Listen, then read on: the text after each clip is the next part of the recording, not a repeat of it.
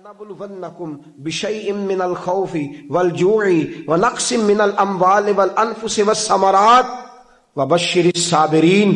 فرمایا میں ضرور تمہیں آزماؤں گا، میں ضرور تمہیں آزماؤں گا، خوف دے کر، جانوں مالوں پھلوں کی کمی دے کر، اور اگر تم نے صبر کیا تو میرے محبوب انہیں جنت کی اور میری رحمت کی خوشخبری سنا دیجئے. اگر کوئی نیک بیمار پڑ جائے تو اس کی اللہ آزمائش فرما رہا ہوتا ہے، اس کی اللہ آزمائش کرتا ہے، اللہ تبارک و تعالیٰ اس پر فضل فرماتا ہے، اس کی آزمائش کرتا ہے. پھر ان مصیبتوں پر جو شخص صبر کرے، رب فرماتا ہے اگر میری رضا پہ راضی ہو گیا تو ان اللہ مع الصابرین، باقی نیکیوں پر میں ثواب دیتا ہوں، اور جو کوئی صبر کرتا ہے رب فرماتا ہے میں اس کا بن جایا کرتا ہوں، صبر کرنے والوں کے ساتھ ہو جاتا ہوں. اور جب اللہ آزمائش ڈالتا ہے نا تو جو کام سیدھے ہوتے ہیں وہ بھی الٹے ہونے شروع ہو جاتے ہیں. جب خدا کی طرف سے وَلَنَبْلُوَنَّكُمْ بِشَيْءٍ مِّنَ الْخَوْفِ وَالْجُوعِ وَنَقْصٍ مِّنَ الْأَمْوَالِ وَالْأَنفُسِ وَالثَّمَرَاتِ، جب اللہ کی طرف سے آزمائش آتی ہے، جب انسان پر اللہ کی طرف سے کوئی چیز نازل ہوتی ہے، آپ سونے کو ہاتھ رکھتے ہیں تو مٹی ہو جاتی ہے.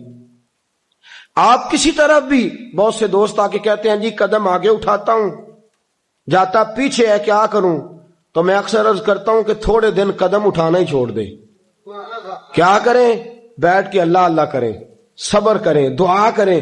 کچھ وقت انسان پر ایسا ہوتا ہے، تلک الایام نداولها بین الناس، جو اللہ نے انسان کے دن بدل کے رکھنے ہوتے ہیں. کچھ وقت ایسا ہو، پھر ایک وقت آتا ہے کہ وہی انسان مٹی میں ہاتھ رکھتا ہے تو اللہ اسے سونا بنا دیتا ہے. رب آزمائش کرتا ہے، رب آزماتا ہے. جو لوگ مصیبتوں پر صبر کرتے ہیں، جو لوگ مصیبتوں پر صبر کرتے ہیں، سید عالم نور مجسم شفیع معظم صلی اللہ تعالی علیہ وسلم نے فرمایا، رب فرماتا ہے ایک بندہ اللہ کی بارگاہ میں کھڑا ہوا، قیامت کا دن ہے، فرشتے نامہ اعمال کھولنے لگے. اللہ نے فرمایا فرشتوں تمہیں پتہ ہے میں نے اسے دنیا میں بڑے دکھ دیے تھے، اس پر بڑی آزمائشیں آئی تھی، اس نے زندگی بڑی تکلیف میں گزاری تھی، تمہیں خبر ہے؟ یا اللہ ہم جانتے ہیں، بڑا صابر ہے، بڑا صابر ہے، اس نے صبر کے ساتھ وقت گزارا، صبر کے ساتھ اپنے اوقات کو طے کیا. رب فرماتا ہے جو اتنا صبر کرے میں اس کا نامہ اعمال ٹٹولوں. اس کا نامہ اعمال کھولتے ہوئے مجھے شرم آ رہی ہے، سارا کچھ لپیٹ دو اور بغیر حساب کتاب اسے جنت میں داخل کر دو. یہ صبر کرنے والا ہے، یہ صبر کرنے والا ہے. بڑی خوبصورت حدیث، بڑی، بخاری شریف میں موجود ہے. بخاری شریف کی یہ حدیث ایسی ہے جسے میں جب بھی پڑھتا ہوں میں چوم لیتا ہوں. حدیث کیا ہے؟ رسول کریم صلی اللہ تعالی علیہ وسلم نے فرمایا، رب فرماتا ہے ایک بندہ ہے، اس کو میں نے آنکھیں نہیں دی، اس کو میں نے آنکھیں نہیں دی، اندھا ہے، پیدائشی اندھا ہے یا بعد میں کسی وجہ سے ہو گیا، اس کے پاس آنکھیں نہیں، لیکن اس نے زندگی بھر صبر کیا، اس نے زندگی بھر صبر کیا. صبح قیامت وہ کھڑا ہوا تو رب کریم نے فرشتوں سے فرمایا، فرشتوں اس کو میں نے آنکھیں نہیں دی، بیچارہ نہ بیٹی دیکھ سکا، نہ بیٹا، نہ باپ دیکھ سکا، نہ ماں، یہ کوئی دنیا کا نظارہ نہیں کر سکا، تم بتاؤ اس کا اجر کیا ہے؟ فرشتے کہتے ہیں مولا جنت کا اعلیٰ درجہ دے دے، اللہ اسے بے حساب بخش دے. تو رب فرماتے اس نے ساری زندگی بغیر آنکھوں کے صبر کیا ہے، اسے صرف جنت نہیں ملے گی بلکہ آج اسے اس کا رب اپنا دیدار بھی کرائے گا. فرمایا قیامت میں لوگ جنت کے نظارے کریں گے اور یہ اللہ کا دیدار کرے گا، اس کو رب کریم کے جلوے دکھائے جائیں گے، اس لیے کہ یہ صابر رہا. اور میرے اعلیٰ حضرت فاضل بریلوی رحمۃ اللہ علیہ فرماتے ہیں جو صابر ہوتا ہے نا، توجہ ہے آپ کی، میری بات کی سمجھ آ رہی ہے؟ اعلیٰ حضرت فرماتے ہیں بڑا قیمتی جملہ، فرماتے ہیں جو صابر ہوتا ہے وہ سکون میں ہوتا ہے. شیخ سعدی رحمۃ اللہ تعالی علیہ کے پاس ایک شخص آیا، کہنے لگا حضرت جی دیکھے نا میرے پاس اتنے بھی پیسے نہیں کہ میں جوتے لے سکوں. فرمایا صبر کر اللہ دے گا. کہنے لگا جی صبر ہی کیا ساری عمر، اس نے جوتے لینے کے برابر بھی پیسے نہیں دیے، ننگے پاؤں پھر رہا ہوں. شیخ سعدی رحمت اللہ تعالی علیہ نے اس کا بازو تھاما، ایک گھر میں لے گئے، دروازے پہ دستک دی، گھر کا مالک باہر آیا، اس نے دونوں طرف بیساکھیاں پکڑی ہوئی ہیں، ٹانگیں تو ہیں پر پیر ہی کوئی نہیں۔ فرمانے لگے بتا یہ اچھا ہے کہ تو؟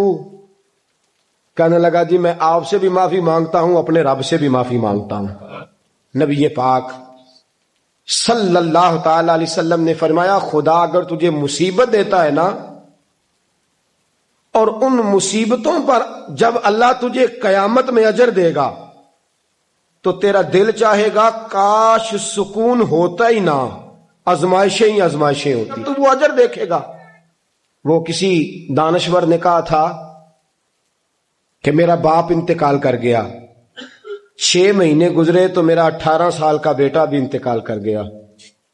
کہنے لگے میں نے اپنے 80 سال کے باپ کا جنازہ اٹھایا تو میری کمر نہیں جھکی، لیکن جب 18 سال کے بیٹے کا جنازہ اٹھانے لگا تو میری کمر جھک گئی، اور رو کے کہنے لگا لوگوں باپ کا جنازہ پڑھنا آسان ہے، دعا کرو کسی کو بیٹے کا جنازہ نہ پڑھنا پڑ جائے، بڑا مشکل کام ہے، بڑا کٹھن مرحلہ ہے۔ حضرت ابو ہریرہ رضی اللہ تعالیٰ عنہ فرماتے ہیں اللہ کے محبوب صلی اللہ تعالیٰ علیہ وآلہ وسلم کے صاحبزادے جناب ابراہیم علیہ السلام فرماتے ہیں حضور کے صاحبزادے آپ رات کو جب ان کی ولادت ہوئی تو نبی کریم علیہ السلام ہمارے درمیان آئے۔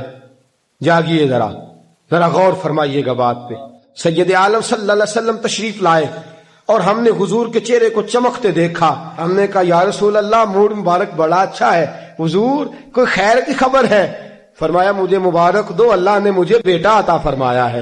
فرماتے ہیں اگلے ہی دن، ایک روایت ہے کچھ عرصے کے بعد، ایک روایت ہے اگلے ہی دن ظہر کے بعد میرے محبوب نے پیار کرنے کے لیے بیٹا اٹھایا اور صاحبزادے کی سانسیں اکھڑنے لگی۔ رسول پاک کے صاحبزادے نبی پاک کے مقدس ہاتھوں میں سانسیں اکھڑ رہی ہیں، حضور کے دستے مبارک میں صاحبزادے نے وصال کر دیا۔ آنکھیں بند کی تو نبی کریم کی مقدس آنکھوں میں آنسو آئے۔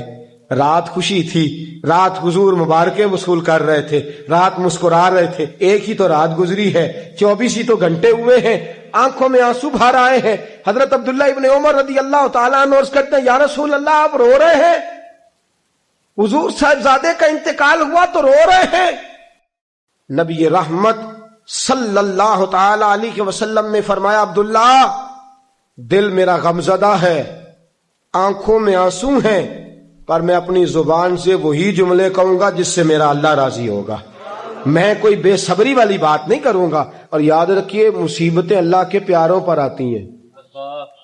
500 سال فرعون نے دعوی خدائی کیا ہے معاذ اللہ، 300 سال فرعون کا حال یہ تھا کہ ننگے پاؤں کانٹوں پہ چلتا تھا۔